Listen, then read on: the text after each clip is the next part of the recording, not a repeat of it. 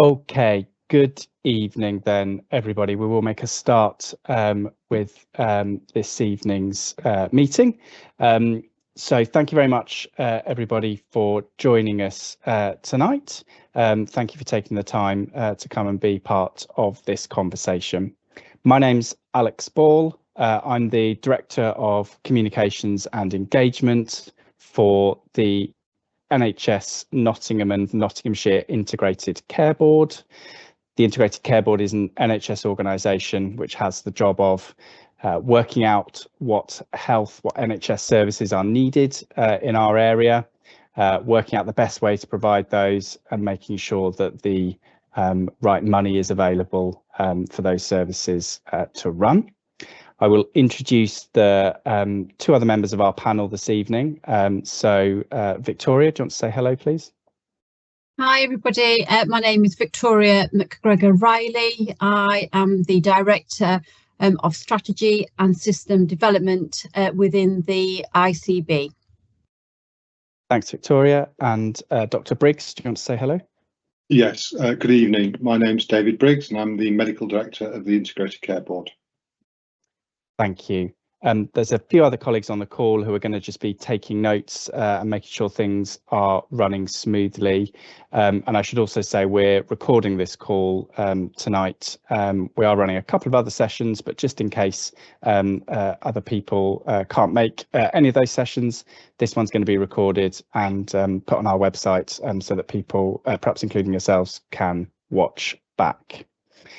So what we're going to do this evening is there's going to be a short presentation. I do promise you it's short, just a few slides to give a sort of perhaps a recap or perhaps a proper introduction for the first time on what we're proposing with this review of the fertility policy in our area. But the main part of this session, certainly from our point of view, is then the sort of second half where we will want to hear from you, answer your questions, receive your concerns or your support or your comments on what we're proposing. So that's where we really want to spend as much time as possible. And I hope you are able to share your questions and your thoughts and your comments with us in that session. In order to do that, we are going to use the Q&A functionality within this meeting space. So you should be able to see up at the top of your screen the Q&A button with the question mark. You can click into that and select the ask a question function.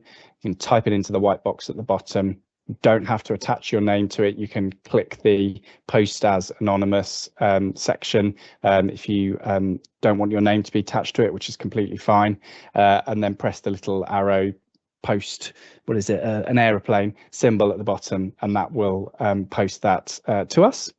You'll be able to see all the questions you might have posed, and you'll be able to see all the questions that you might have received that have been received from other people on the session tonight. And we are going to do our very best to answer every single question that's posed tonight. If there's one we can't because we haven't got the information or we need to go away and check something, then we'll do that and we'll make sure we publish that question and answer. And if you want to share your contact details, we can send that to you directly as well. So I hope that's clear. So please do put your questions in at any point throughout this session. We will run through the slides and then come to the questions, but don't hold back. Pop those in the moment it comes into your mind so that we can really hear everything possible from you. So that is it from me in terms of kind of introductory stuff. I'm going to hand over to Victoria to set a bit of context and then to Dr. Briggs. So over to you, Victoria. Thank you. Thanks, Alex. Hello, everybody. It's great to be here. I've got the pleasure of introducing the topic that we're going to talk with you about this evening. Some people may know already that in July of 2022, the Nottingham and Nottinghamshire Integrated Care Board inherited a number of clinical commissioning policies from the legacy organisations of Bassett Law Clinical Commissioning Group, sometimes referred to as a CCG, and also Nottingham and Nottinghamshire CCG. clinical commissioning policies describe what health services are funded and typically the thresholds that apply for people to access those services.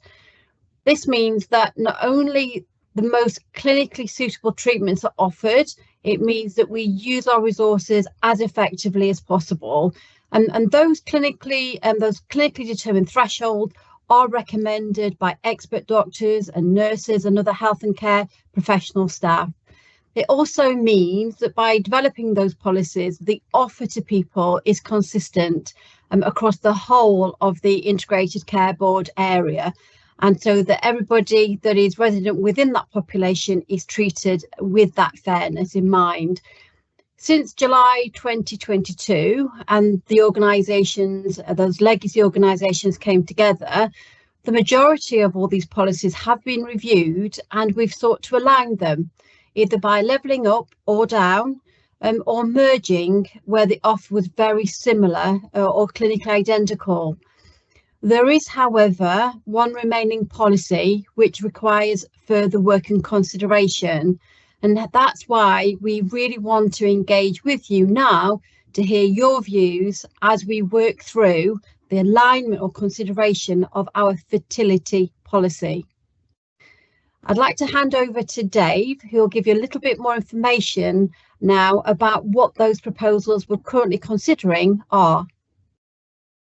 Good evening again. So the first slide gives a bit more context around the fertility policy. And we've got a couple more slides on some of the detail just to run you through this evening. So just so we're all clear, there's a few terms I want to run through just before we start. So fertility treatment is a treatment that we give to people who are unable to conceive naturally for whatever reason. And this policy describes who can and who cannot access and what sorts of treatment they can access. There's a number of different types of treatment for infertility. The ones that are covered in this are in vitro uterine artificial insemination, or IUI, intrauterine insemination, and that is where semen is introduced direct into the female body, and that allows the egg to be fertilized. The second type that's described in here is in vitro fertilization. That's where the egg and the sperm are combined outside the female body, and the egg, once it's fertilized, is implanted later. So this policy covers a range of those treatments and how people are struggling to conceive, including how they can access IUI, intrauterine IUI and IVF. When we're starting the description, it's important to say that the policies aren't consistent across all of Nottinghamshire. So in Bassetlaw, you can access 3 cycles of IVF. In the rest of Nottingham, you can only access 1 cycle. If you look at the East Midlands and where we've been working on this policy jointly, there are inconsistencies further there, with Glossop and Glossop Dale offering 3 cycles and the rest of the East Midlands offering 1 cycle. We generally believe that these policies should be aligned across the East Midlands, so everyone in the East Midlands gets access to the same level of treatment available for all. Before we move on to the next slide, the policies were written many years ago, and those policies didn't include or really cover very clearly a number of relationships, and that's same-sex couples, single women and transgender men. This proposal, it's important to this, is a proposal, allows those individuals equitable access to treatment. So if we move on to the next slide. In these next 2 slides, I'll go through the headlines of the proposals.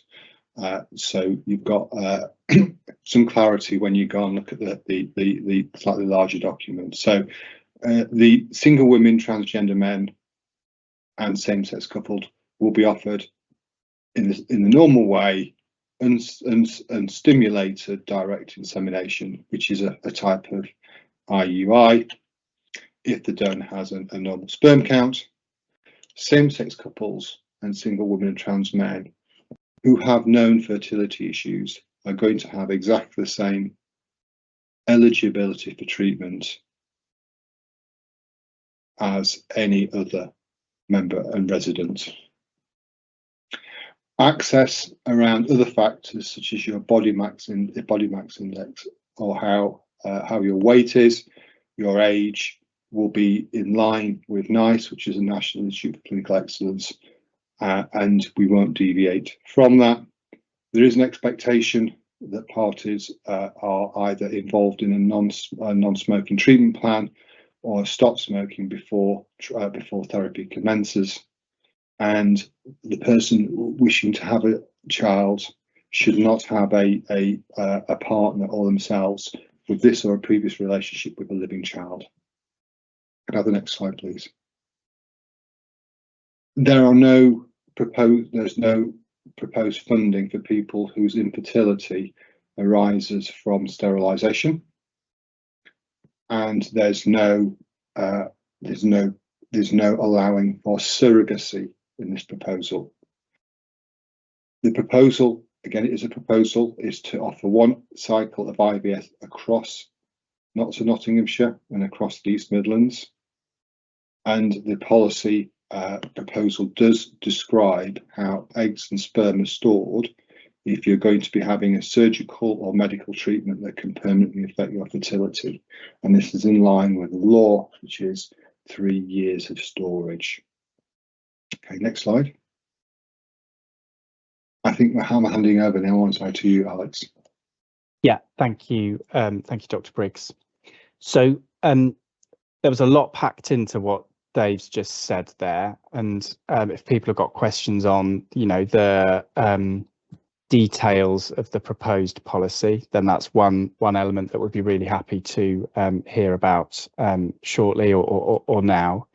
But what I was just going to quickly cover right now was how we are listening to people about this proposed policy. So hopefully you've heard really clearly there's an intent here to move to a consistent policy across the East Midlands, and a policy that recognises, a much more modern and up-to-date definition of families and relationships, making sure we've really kind of recognised what where society is today. But it does also reflect a proposed change for some areas of the East Midlands and one area of Nottingham and Nottinghamshire, of a change to the number of cycles of IVF that's available.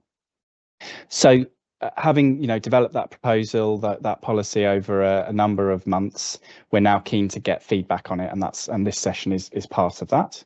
So a couple of weeks ago we kicked this off, and we're running through to the 10th of January, trying to give a really good chunk of time, a couple of months, to really hear from people on these proposed changes.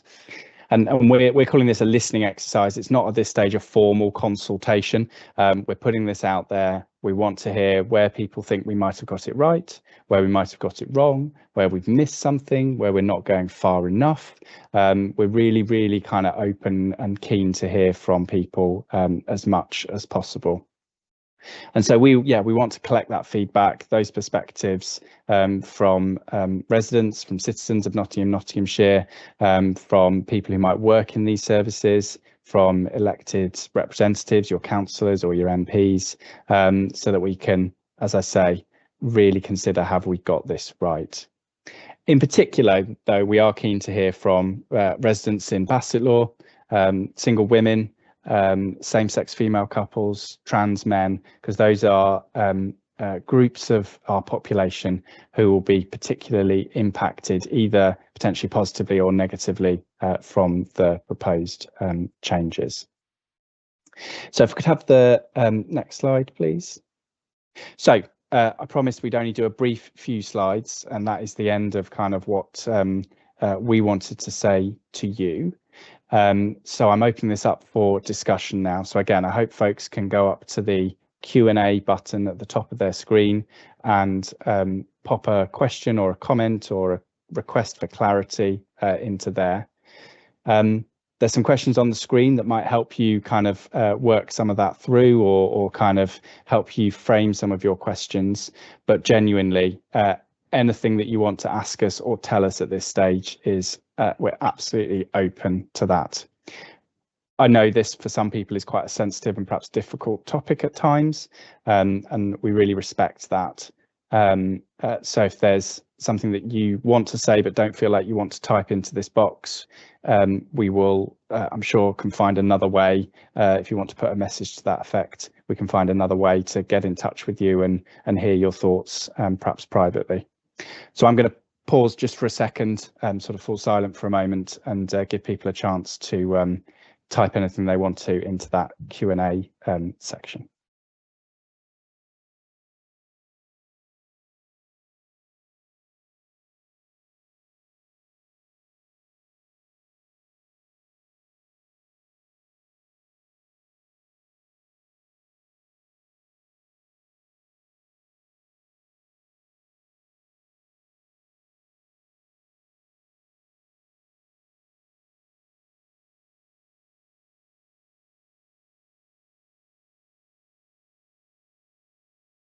Okay, there's no questions coming through. I've just double checked with the team, and the functionality is definitely working.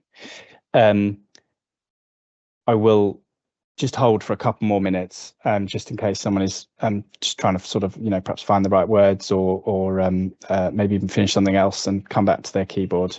So I'll hold for a couple more minutes, but then we will probably close this session as it stands.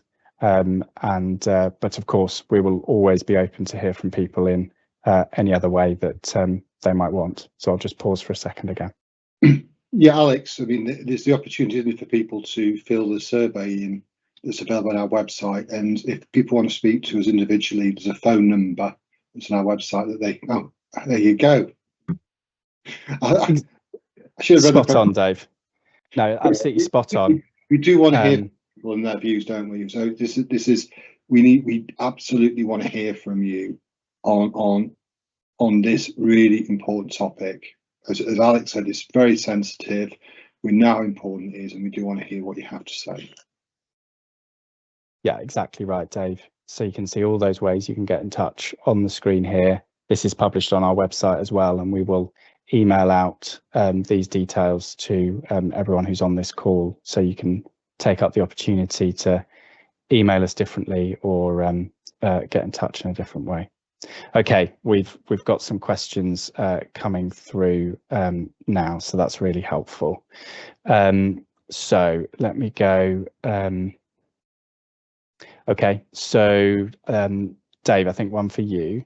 You spoke about, the question is, you spoke about clinical threshold, and the questioner says, I understand that the current policy is for patients with a clinical fertility problem or unexplained issue. What is the clinical need, though, for a single woman, is the question there, Dave.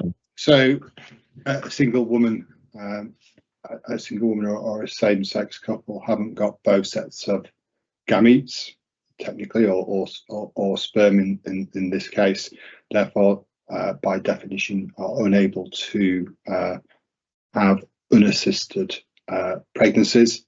Therefore, as part of this proposal, we're suggesting that the rights of those individuals and the access should be the same as for everyone. Therefore, they're included in this proposal. And the question is very clear and kind of framed very neutrally, but if you have a view that we should or shouldn't include those groups of residents in our policy, as Dave has sort of outlined that, then please do feedback, and we can take that into account. So thank you for your question. Thank you for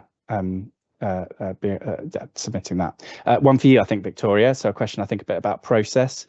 When will the new policy be completed and put into place, Victoria? So as Alex said already, this is very much a listening to you exercise. One of a number of occasions when we can do this, including telephones, emails, survey completion. What we're going to do is wait for that process to complete, gather all the views that we've got from everybody, and then we'll take a view as to what happens next.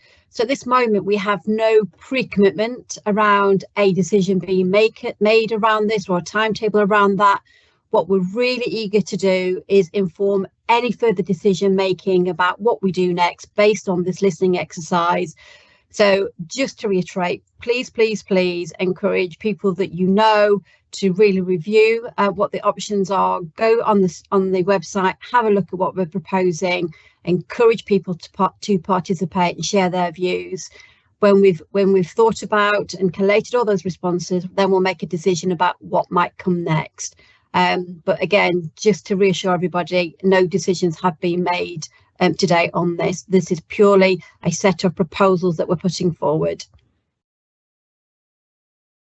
Thank you, Victoria. I think that's really clear.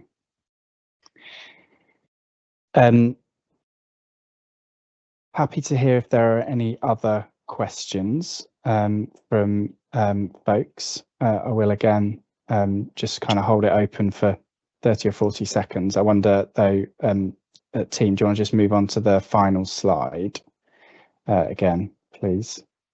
Yeah, so I'll still keep an eye on the kind of Q&A, but yeah, just to emphasize again, we are running an online survey, which has got, I think, 8 or 10 questions where you can indicate your support or otherwise for various sections of the proposed policy. And then there's an opportunity for kind of free text where you can say, I think that's a great idea because I really disagree with you because you should go further and faster on this because we've had some incredibly helpful and insightful responses already. So please do think about filling that in.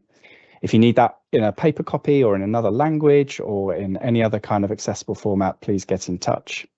If you want to talk to someone one-to-one, or if you want someone to come and talk to a group you're part of, please do get in touch and we can absolutely facilitate this. And not next week, but the week after, 2 sessions, one again in the evening and one on the weekend, a chance to spread the word about that if you found this useful and you think other people might want to come along as well. But I think I'm probably at this point going to say thank you to you for coming along. I'll say thank you to the panel for helping explain some of these issues, and I will wish you a very good evening. Thank you.